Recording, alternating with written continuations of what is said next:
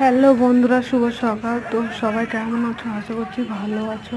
আর কালকের তুলনায় আজকে একটু এই বড়টা বলে তোমার শাশুড়ি ছিল নেবে। গতকালকে বিকালের ভিডিও। যে উনুন ঠিক করছে শাশুড়ি মা, দেখো বাইরে বসে উনুন ঠিক করছিল দরজার সামনে।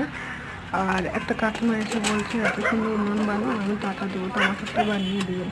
আমাদের বাড়িতে তো মাটি নেই, কোনো মাটি। এই যে মা উনুন ঠিক করে করে করে কাটছে আর কি। তারপরে দেখবার আমি মাঠটা ঘুরিয়ে দেখিয়েছি, আতা গাছটায় অনেক আতা হচ্ছে, সেটাও দেখিয়েছি।